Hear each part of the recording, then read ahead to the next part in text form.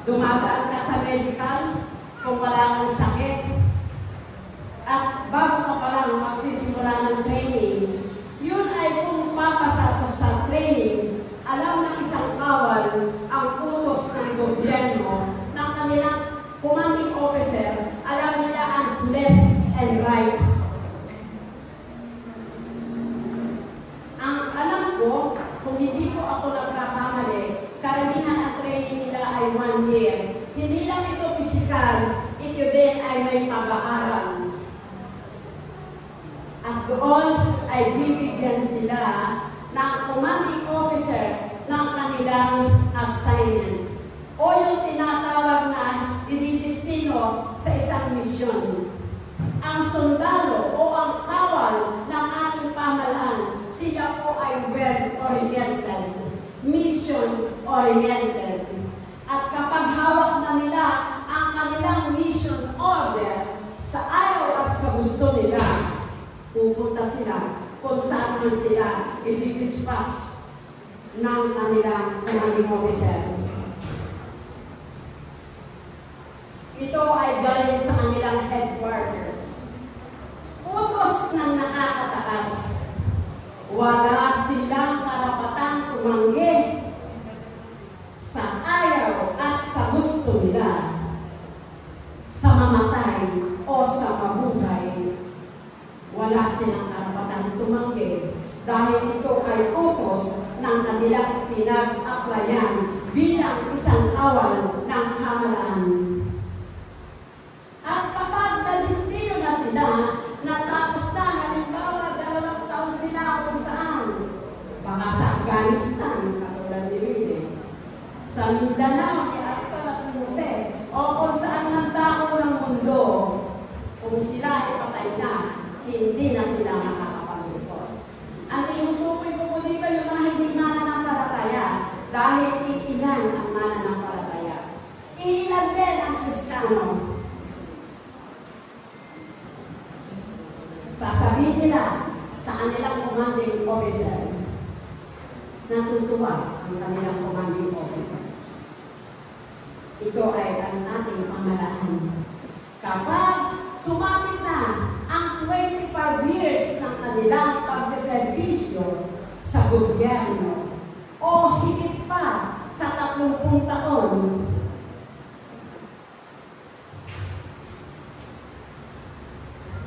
sila ay mag-retire na. Meron silang matatanggap. Maraming pagpapala pinansyal sa gobyerno.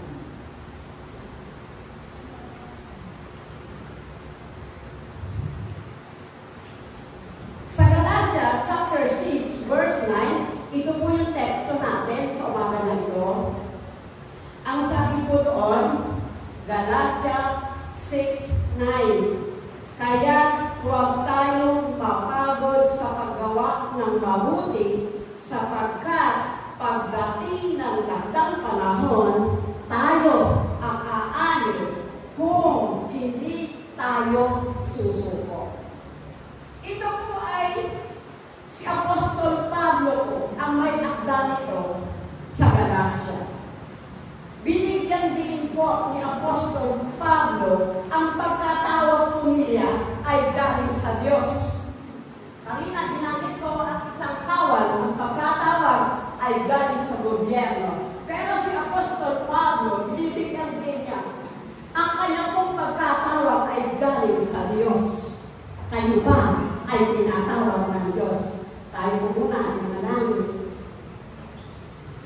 Heavenly Father, kami po ay nagpapasalamat sa maraming bagay na ginagawa mo sa aming mga buhay.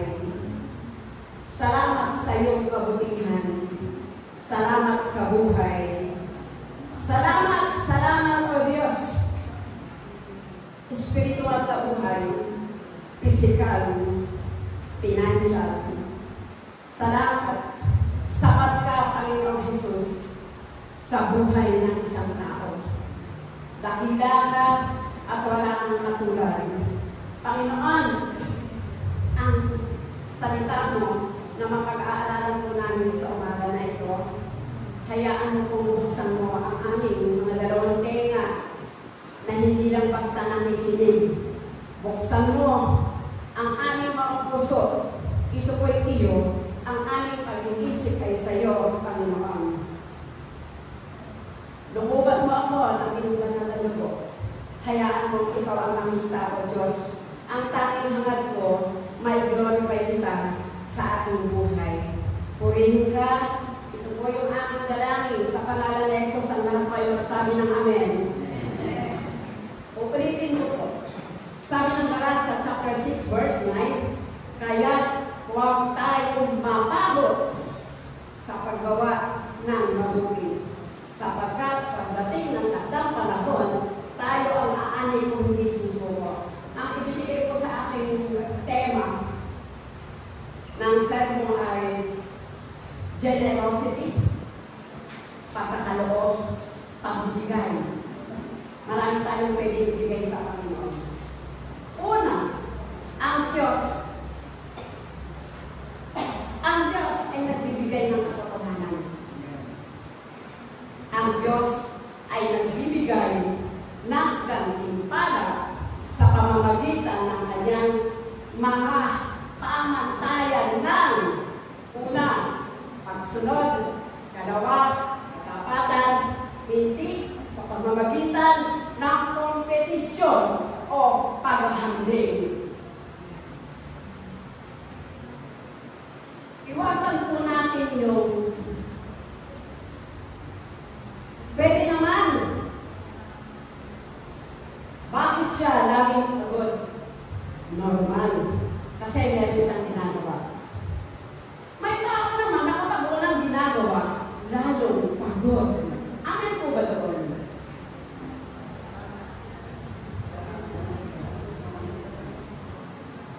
Ang Diyos ay nagbibigay ng katotohanan. Nagbibigay ng gantimpala. Ang isang mabuting kawal, ang naisin niya ay mabigyan ng kaluguran ang kanyang commanding officer. Sa gusto niya at ayaw ay walang magagawa kapag wala na, kapag na hawak na niya ang mission order. Ang isang atleta ay sinasanay ang kanyang katawan para sa competition. Tama po? Ang isang hard-working na magsasaka ay dedicated sa kanyang ginagawa. Tama po ba? Ang mabuting kawal, kasi may mabuting kawal at mayroong hindi mabuting kawal. Ang mabuting kawal o ang isang sundalo ay take into account. Sa 2 Timoteo chapter 2 verse 3 and 4.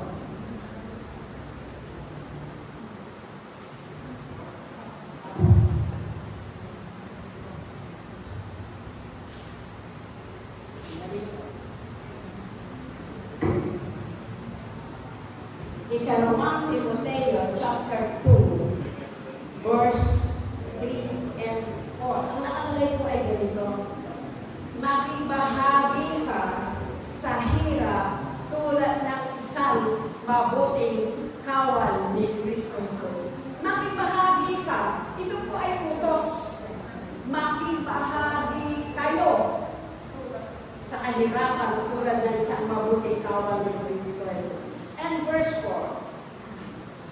Ang isang kawal ay hindi nagiging abala sa mga bagay na walang kaugnayan sa pagiging kawal. Sa halip, sinisikap niya ang pagbibigyan ng kasiyahan kanyang pinuno. Tayo po, kawal ng Diyos. Amen po ba?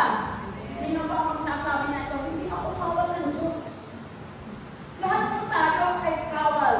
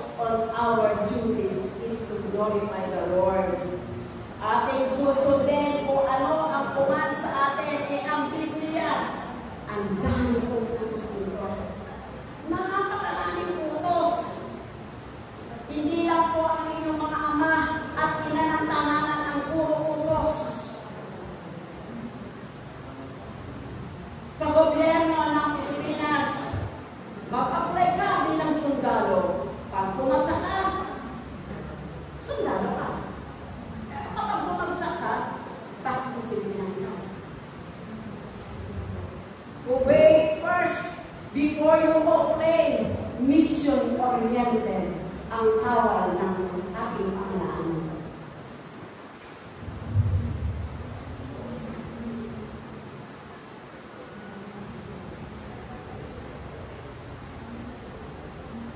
Ang Diyos mo ay nagbibigay ng katotohanan na ang pagsunod sa kanyang mga batas at naiuutos ay mayroong gantimpala. Amen po ba? Uulitin ko po, ang Diyos ay nagbibigay ng katotohanan na ang pagsunod sa kanyang mga batas at naiuutos ay mayroong gantimpala.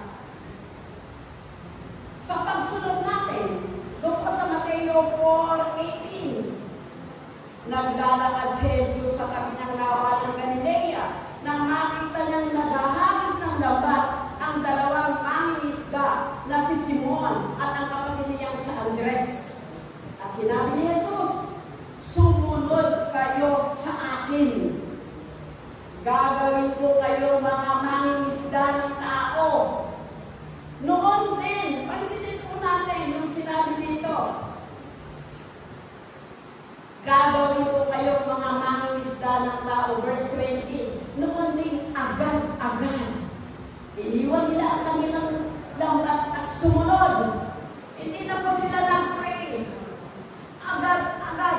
Hindi sila nag-fasting. Iniwan nila ang kanilang lambat at sumunod kay Jesus. Pansinin po natin yung pang-usap na yun. Agad-agad. Maging ang hangin at ang lawa ay sumusunod sa Diyos. Mabuti pa minsan yung hangin. Yung araw sumusunod. Minsan, ang tao ay sumunod. Namimili pa na nag-uutos bago sumunod. Ang Diyos mo ay nagbibigay ng katotohanan.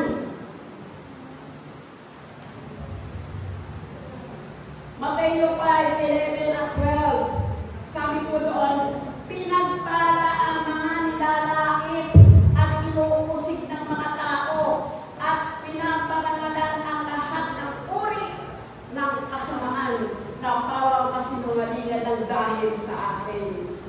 Pinagpala, nakasanasan niyo naman kayo ay laitin ng inyong kapwa. Ako, naranasan ko ngayon. Ranas na ranas kita. Ito po'y hayag sa bayan ng Teresa. Nagtay-tay at kung saan pa ang aking buong pagkatao. Ito ay hayag sa tao at hayag sa Diyos. Laitin ka. Inuusig ka. Pinapalatangan ka ng kasamaan na pawang kasinungalingan. At ito'y ginagawa ko dahil sa Diyos. Verse 12, magsaya kayo. Utos na naman po ito. At magalak, sapagkat malaki ang inyong gantimpala sa langit. Hindi ang katabi natin ang magbibigay sa atin ng gantimpala. Whatever man yung po ating ginagawa, ang gantimpala ay nanggagaling sa ating Panginoon.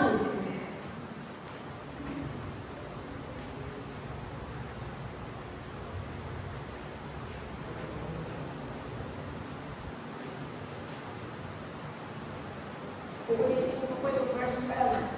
Magsaya kayo. Ito ay utos at magalak. Ito ay utos sapagkat malaki ang inyong gantimpala sa langit. Alalahanin ninyo, inuusig din ang mga propetang nauna sa inyo. Dito pala sa lupa, suko na tayo sa mga pag-uusig ng tao. Ano na magyaya? Ano na magiging sitwasyon natin? Ikalawa, ang Diyos ay nagbibigay ng pagbunga.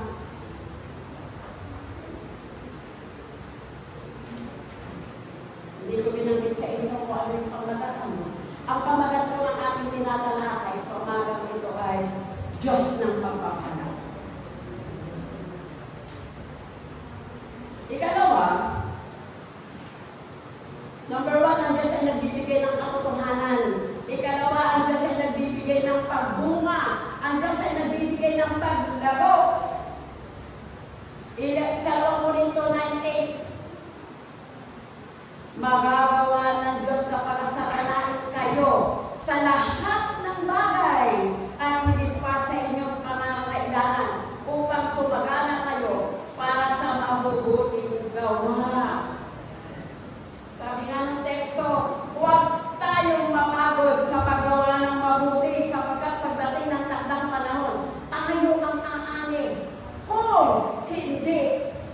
susuko. Kaya walang sukuan. Ang sundalo ng gobyerno, the more nasusugatan, the more na sila ay pumaharapan. Yun ang share ng tatlo kong kapatid na rin ay. O may isa pa ako na interview yung si Seth. Nakilaki ito. Siya ay retired Commodore. Tama, Navy. Official yun. So, tawagin ko Seth. Pero kung tawagin nito ay tatay. Nakatagpo ng pakalang tatay si Pito. Ang Diyos ay nagbibigay ng pagbunga. Paglago. Mga mananampalataya, mga Kristiyano, magagawa po ng ating Diyos kung pasaganahin tayo sa lahat ng bagay. Higit pa sa ating mga kailangan upang sumagana kayo sa mabubuting gawa. Ang bawat isa po sa atin ay kailangan ay lumalago. Malaman po kaya ako mga ganyan dito. Ang bawat isa po sa atin ay lumalago. Lumalago sa pakikinig. Walang masama. Pero ikaw na lumalago sa pakikinig, kailangan may action. May action po ang ating pakikinig. Amen po ba? Pakinig ka ng pakinig dito. Pinapalabas mo na ba doon? Sayang, huwag ka lang makinig. Mag-busy ka na lang sa Facebook.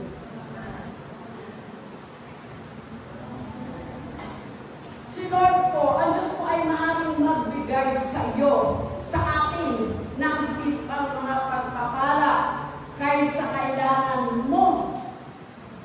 At palagi kang magkakaroon ng maraming biyaya. Hindi mo nauubos ang biyaya ng Diyos. Magkakaroon ka ng sapat na ibibigay sa bawat mabubuting gawa. Ito po ay tamo. Ang mga nasa loob ng church na Kristiyano, ang nasa loob ng church na mga mananampalataya, ay tumatanggap ba ng pagpapala? Amen. Amen. Amen. Sample. Tuwing ako po ay papasok sa barangay, si Batang, gamitin ko po example si Batang. Si Batang ay tumatrabaho outside the church. Nagpapaganda ng kanyang tanim na halaman. Tumatanggap din ng pagpapala. Amen? Saan po kayo? Tumatanggap ng pagpapala.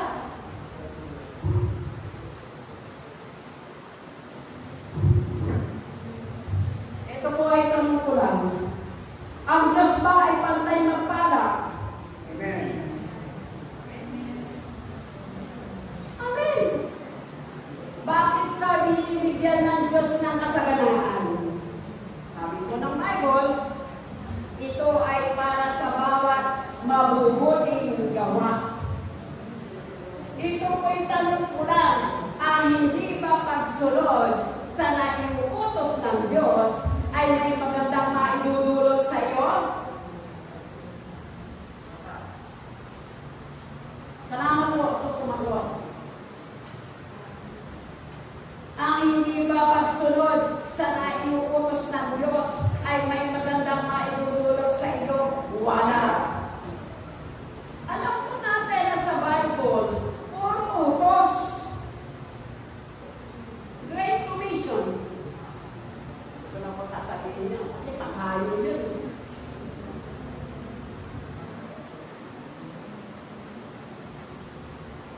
Sa isang tahanan, sabi ng isang ina, sandali na, bumili ka na sa tindahan.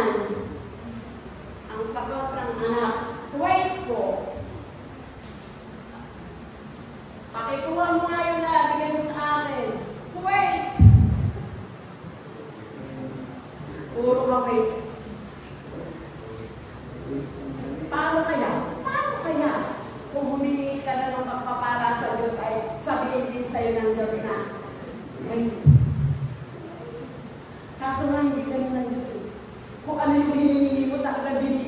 ng Panginoon. Hindi pwedeng hindi. Kasi pantay-pantay ang pagmamahal sa atin ng Diyos. Mananampalataya at hindi mananampalataya. Mahal ko ng Diyos. Pero may tanong doon, isip-isip ka naman. Mahal naman ka ng Diyos, wala kang ginagawa. Ang Mateo 22, 15 to 22.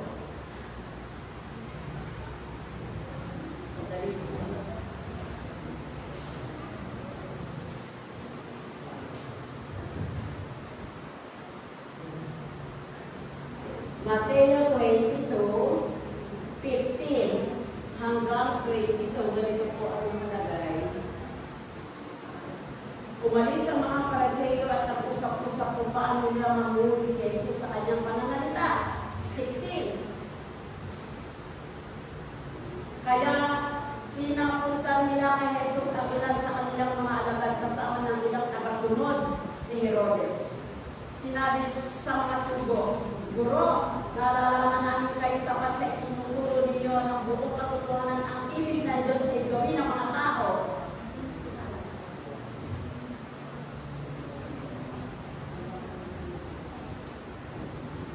Guro, nalalaman namin kayo tapat at itinuturo ninyo ng buong katotohanan ang ibig ng Diyos na gawin ng mga tao. Wala kayong tinatangis sapagkat patas ang pagtingin ninyo sa mga tao. Ikaw, patas ang pagtingin ng Diyos sa mga tao.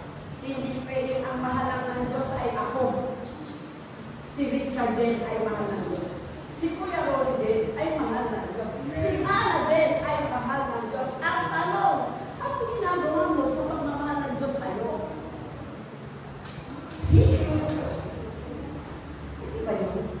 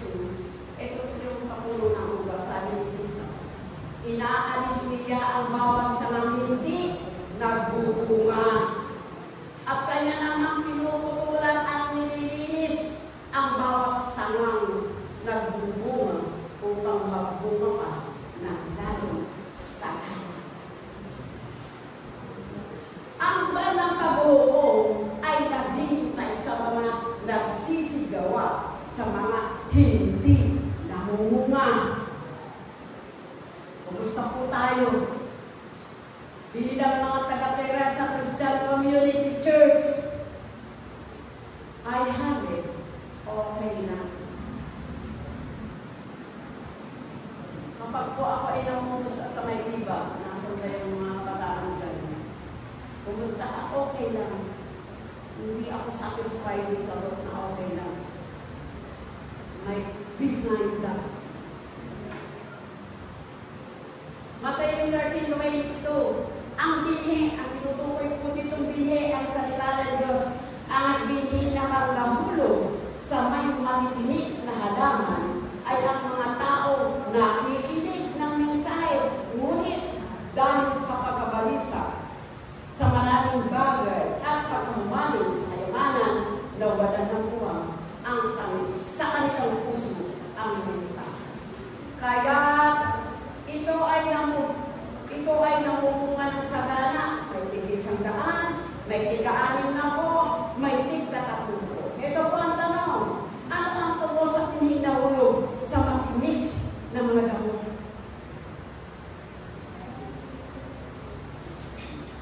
Yan po ay tulad ng mga tao na nakakarinig ng turo, ngunit hinahayaan lang.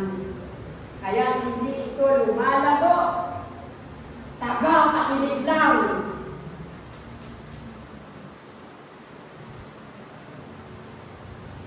Walang action. Hindi ito nagbubunga ng pananim sa kanilang buhay. Ang Diyos po ay nagbibigay ng paglago. Ang Diyos ay nagbibigay ng paglago. May problema po yun eh. Ikaw na mismo ang mag-grade sa sarili mo. O tingnan mo yung evaluation na yun. Kaya nga ang tanong pa sa sarili mo, esperanza, qualified ka ba? Hindi ko nabasa lahat, wala ang sarili namin na yung binabasa ko.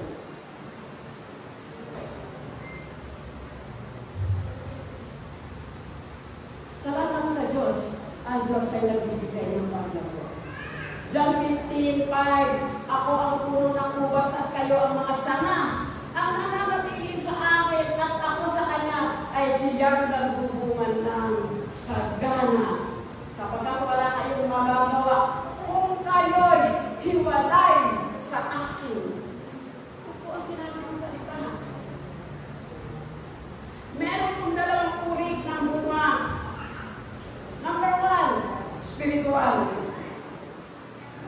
Gusto na ang spiritual na buhay po natin. Pakitanong mo ang katabi mo, kumusta ka na? Kumusta na ang spiritual na buhay mo? Kung kayo magagalit pa kayo ay natatanong ng kumusta ka na? Ang sagot nyo, okay lang. Hindi totoong okay. Dama ko. Richard, kumusta ka na?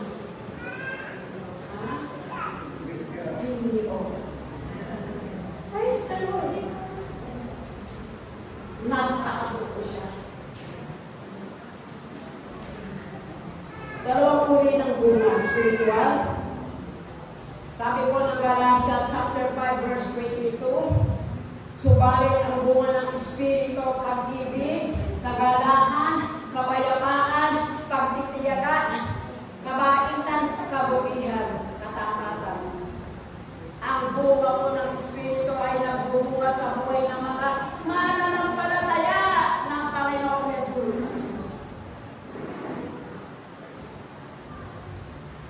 Ulitin ko po. Ang bunga po ng Espiritu ay nagbubunga sa buhay ng mga believer. Sa mga Kristiyano, may nagiging bunga. Lumalago ka sa iyong pananampalataya sa Panginoon. Meron ka na bang bunga?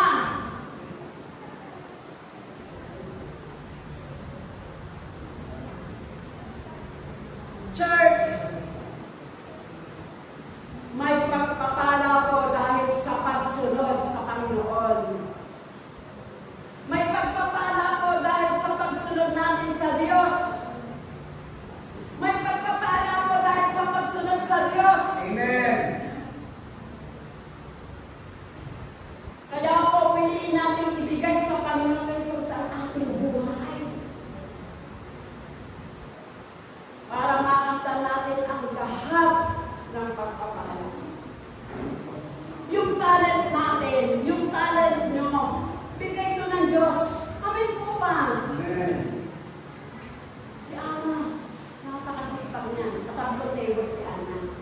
siya nasa information table. Bawat ana ni kapitan, ana ni treasurer, ana ng clerk, ana ng secretary, ana ko pa. Ako pala, naibutahan ko siya. Pero nung sila nakatira pa sa amin sa Pagkati ko sa Bible study, tama ka. Kilala ko kaya kami. Pero ngayon po ay pagkabarangay sa bawat sila. Ito pong talent natin. Bigay ito ng Diyos, gamitin natin. Taas po kamay mo, walang talent. Hindi ka na magpapalan na wala kang talent. Hindi po ba? Sayang naman ang kagandahan ng kapwa ko ngayon wala kang talent. Nasaan si Nakikita anak ni Kuya, nasaan siya? Si John. Habang tayo ay nag-worship, kapag siya ang kumabit ng gitara, tandaan ko na, kapag tayo nag-worship sa Panginoon, nakatulong sa akin.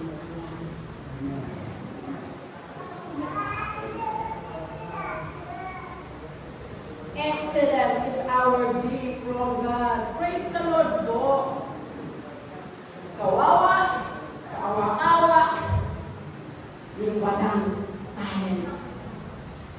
Ulitin ko po. Kawawa, kaawa-awa, yung walang talent. Hindi ko po sinabi kayo yun, ha? Kawikaan chapter 10 verse 14. Ang tamad, huwag pakainin.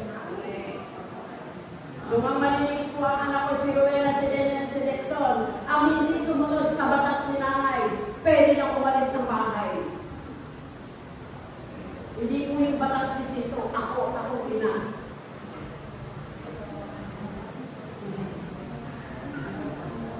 Nag-usap sila ang kami ay mag-asawa yung dalawa.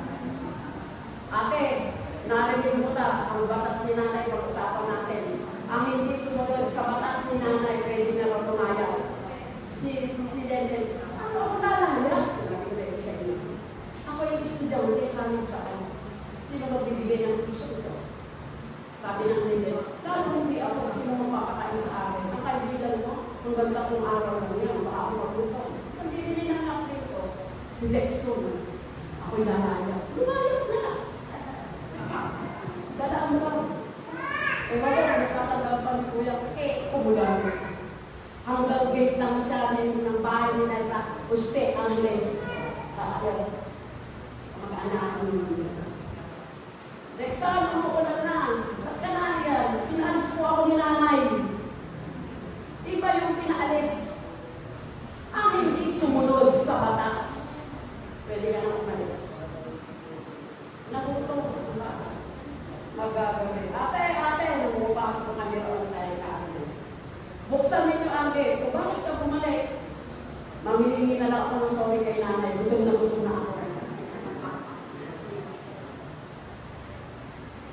Kasi kung hindi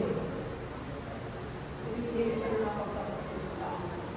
Lahat ng klase na dito sa Tarlote para sa mga turista. Siya lang at simula ko yung nag-graduate sa college.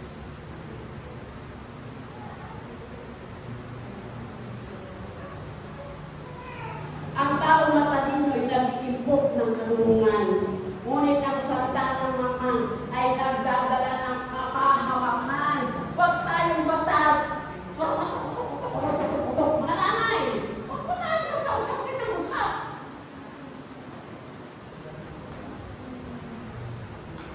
Paggalit ako sa dalawang ako sa bahay, yung mata ko, nag-aapoy. Pag todo na ang galit ko, nagtatakot lang ako. Bilang ako.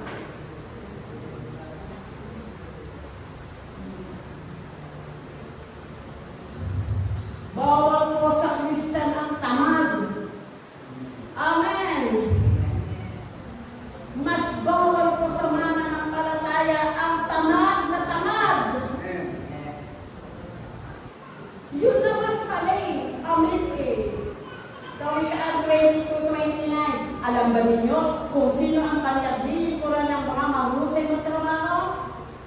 Sila'y naglilingkod sa mga hari, hindi sa mga alipin. Mga kapatid, mga mananampalataya, habang ikaw at ako ay nakakaramdam ng uhaw, nagugutom, hindi ka malulugi sa pagbibigay na iyong lakas para maglingkod sa Panginoon.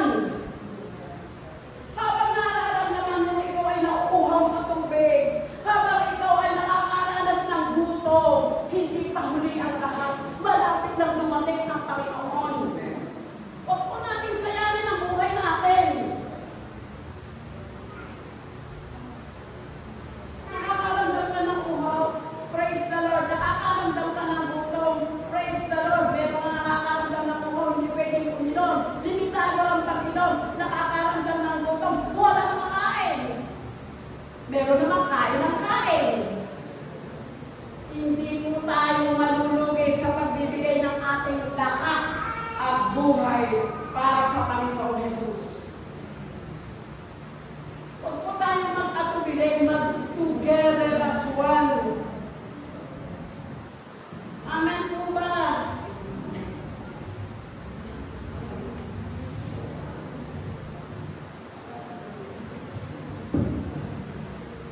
Para sa biling ihahasik, bawat mananampalataya mo ay lalago sa pagiging masunurin kay Kristo. Ulitin ko po yung kumbinhi na itutukoy doon. Ito po yung salita ng Panginoon. Bawat mananampalataya ay lalago sa pagiging masunurin kay Kristo dahil sa kapangyarihan ng banal na Espiritu. Purihin po ang Diyos. Kung hindi, wala kang ginagawa, tandaan niyo po ito. Wala sa iyo ang banal na Espiritu. Makipag-usap ka sa Diyos. Nasa iyo ba ang banal na Espiritu ng Diyos?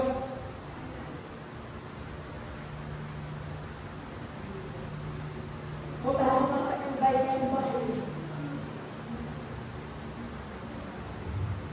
Maaaring yes, naniniwala ka sa mga doktrina tungkol sa Panginoon. Ngunit, hindi ka natitiwala, ayaw mong ibigay ay yung buhay para sa Diyos.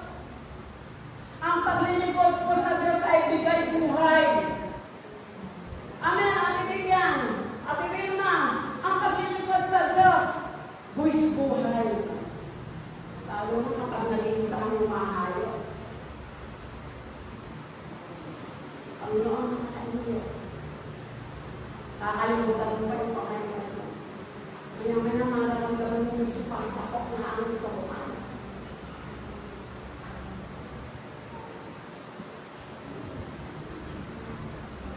Bakit nga ba alam na ibigay ang buhay mo para sa Diyos? Kaya kanino mo yung ibibigay?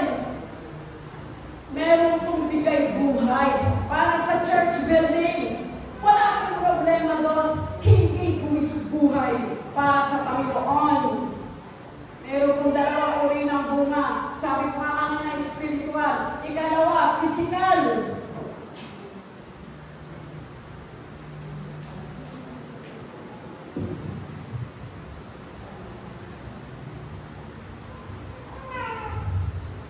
Develop spiritual. Pagbasa ka ng Bible, mag-daily devotion ka. Makipag-usap ka sa Diyos palagi. Manalangin ka, magdasal ka.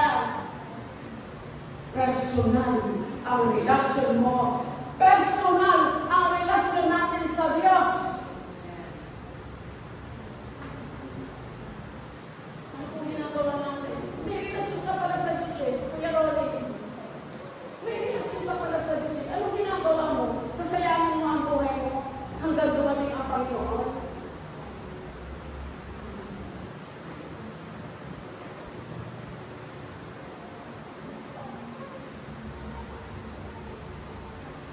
Mga mananampalataya, kailangan natin ang merong presence of God. Mag-exercise productivity. Hindi po pwedeng walang ikinikilos. Hindi pwedeng nakapakinig ng walang ginagawa. Kailangan po meron tayong ikinikilos. Amen po ba doon?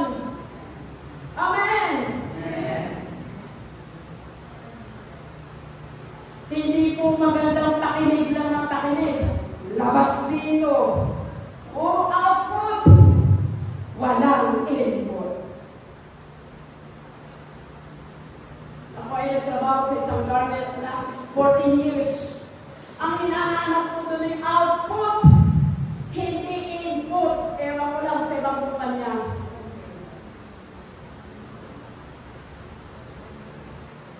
Paalala ko, we are the temple of the Holy Spirit. Uulitin ko po, hindi pwede pakinig lang ng pakinig. Dito labas, puro output, walang input. Ang kailangan ko ay output.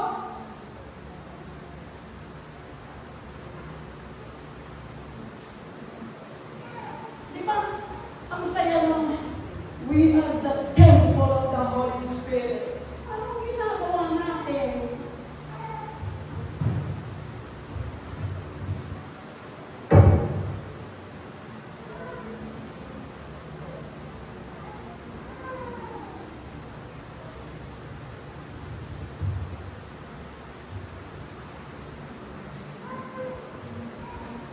Dalawang uri ng number one spirituality. Dalawa tayo sa physical.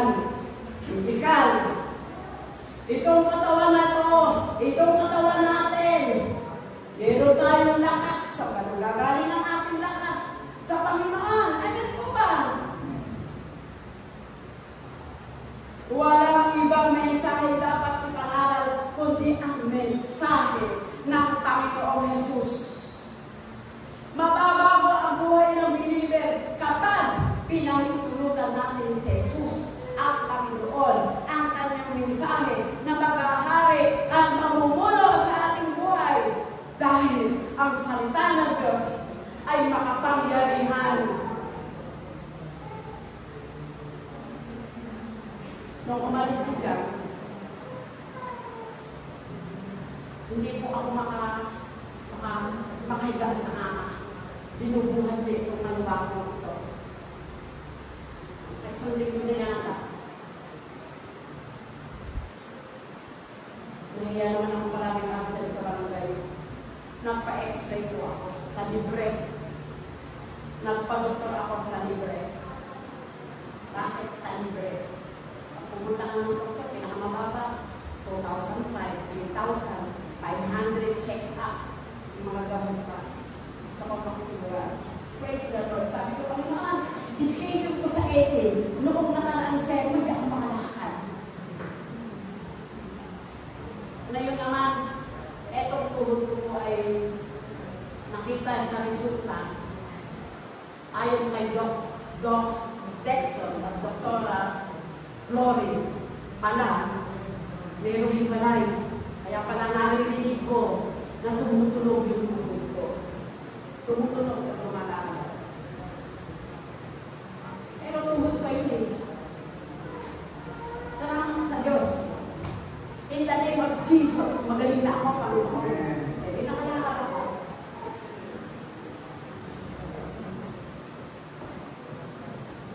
Physical.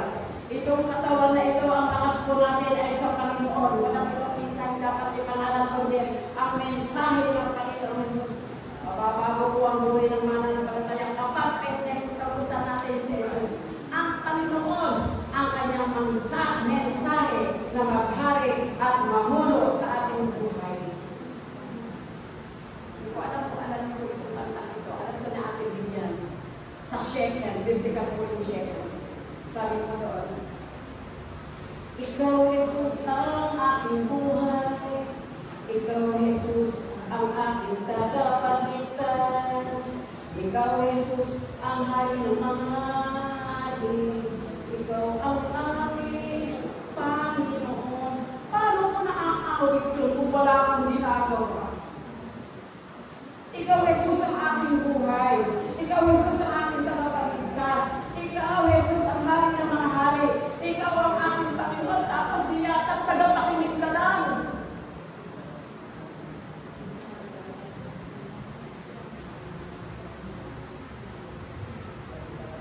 Marami po nagsasabi, Ate SP, ang ganda naman ng church. Sagot ko ay, salamat sa Diyos.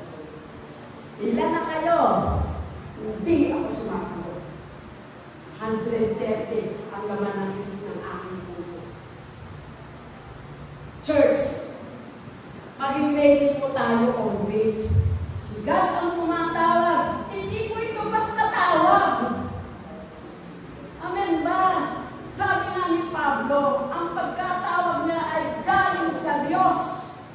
Dun sa Galatia, chapter 6, verse 9. Ang pagkatawag ni Apostol Pablo ay galing sa Diyos. Hindi po ito tawag ng ayuda. Hindi ito tawag ng IEX.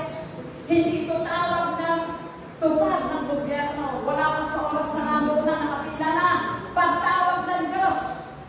Wait. Hanggang kailan yung wait na yon?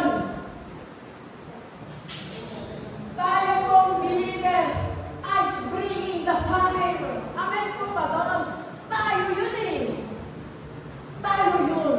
Bringing the fire. You can preach a word that saves others. Hindi po ibinigay sa matatalino. Tayo ang pinasangkapan mo pamahayag, ibigay sa iba ang mauulang kadakilaan. Alam natin patuloy na tumatawag ang Panginoon sa kanyang iglesia. Amen po ba? Hello? Mas maganda bago kayo, tinatataan ako muna dahil ito ang pinag-aralan ko. Sangwa na. Hindi po ito linggo. Natawa sa ating Biblia, ang mga sa'yo, nabay buwan. Gabi-gabi, umaga, alas 12 pa nga, daming araw. You can preach a word that saves others. Ulitin mo po, hindi po ibinigay sa matatalino. Tayo ang nakasangkapan upang mahayag, bigay sa iba ang ulang katakilaan. Alam natin patuloy na tumatawag ang Panginoon sa kanyang iglesia. Hello, mga anak ng Diyos! Amen po ba? Sino tatawagan natin? Nakalabas? Sa kainan. Kainan din sila. Eh tayo naman puno-puno eh. Spiritual sila. Ang sukatan ni Lord ay hindi pagsigaw. Ang sukatan ni Lord ay hindi ang pagsigaw. Ang sukatan ni Lord ay how deeply you are sa pagsunod mo sa Diyos. Hindi po dapat mahagdangan ang pangyayari sa ating kapaligiran. Lindol, baha, sunog, rari sa iba't ibang dako ng mundo. Kung makikita nyo, sama naman kasi, nakatutok tayo sa FB News. Eh kapag FB, mas madami ang mali kaysa sa tama. Amen? Yun naman pala, alam natin.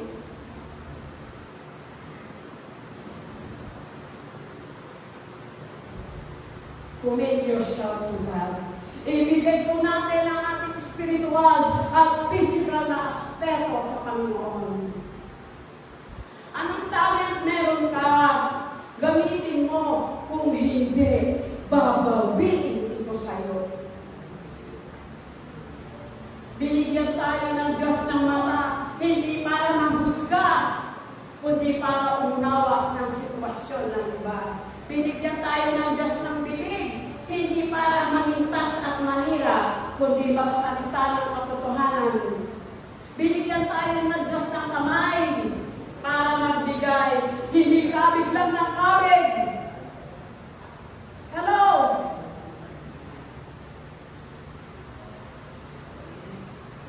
Para tumulong sa iba.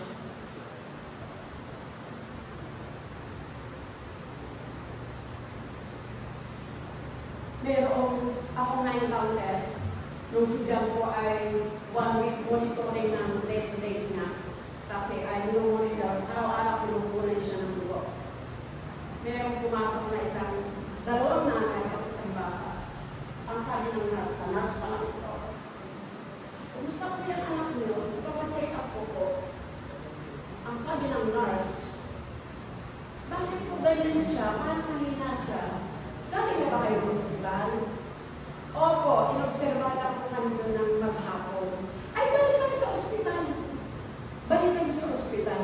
Nakita ko yung nanay na may hawak na bata. Mangilit-gilit ang lupa. Palibhasa yung Pilipek magsalita. Hindi sila makaintindihan ng Diyos. Ang ginawa ko sinundan ko yung babae. Sabi ko, ate, saan mo dadalhin ang anak mo? Hindi ko makakuha na. Dali mo siya sa ospital.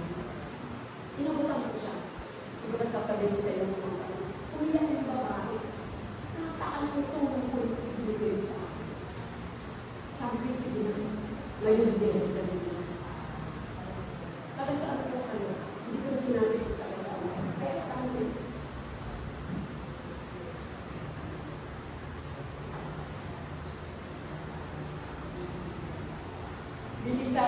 Binigyan tayo ng Diyos ng tenga. Mata, bibig, kamay, tenga. Tenga, hindi para maging manhid, kundi para makinig ng may simpatya sa nasasaktan. Ang lahat ng ibinigay ng Diyos ay may layunin. Gamitin mo ito para sa kalulahati ng Diyos. Amen. Tayo ang may kailangan sa Diyos. Sabihin mo sa katabi mo, ang Diyos tayo. Ikaw ang may kailangan sa Diyos. Inuutusan tayo maglingkod sa Kanya. Hindi para sa Kanyang kapakanan, kundi para sa ating kapakanan. Tayo ang magbebenepisyo sa ating paglilingkod, hindi ang Panginoon. God assigned to work. Purihin mo ang Diyos. Sa mga nakapakinig, hindi po secret ang salita ng Diyos. Hindi po secret. Huwag niyo i-secret ang salita ng Diyos. Saan ka man nagtatrabaho? Saan ka man pumapasok? Hindi kailangan i-secret ang salita ng Diyos. Meron minsan sa may kachat ako, ang sabi at gano'n, mga papanaan ko siya. Hindi raw ko nila inihayag kasi malalaman ng demonyo. Ang sabi ko ay, lintik na demonyo na yan. Dapat malaman na din ng demonyo ang salita ng Diyos. Hindi po natin kailangan i-secret ang salita ng Diyos. Amen po ba? Huwag natin i-secret. Hindi maganda. Walang secret na hindi nabuga. Larawan. Portrait ng mabuting church members. Nagbibigay buwis buhay sa Panginoon. Ako, ayaw mo yung buwis buhay. Okay. Bahala kayo magpag-usap sa Diyos. Ang mabuting church, nagbibigay, knows how to give cheerfully, marunong mag-ambag. Kung ano activities meron sa church, ito pwede ko i-ambag ang sarili ko, ang pulsa ko. Amen po ba doon? Ang mabuting church member, lumalago sa pananampalataya sa Diyos ay may action. Nag-aakay ng mga bulag sa katotohanan. Tingnan mo ang katabi mo at baka yan nagbubulag-bulag lang. Isang bagay po ang kailangan namin tandaan. Sa Diyos ang kanyang gantimpala ng takas. Iiwan ko po ang tanong na ito. Sigag ba? Tanay ng takas? Gagdas po sa bawat isa.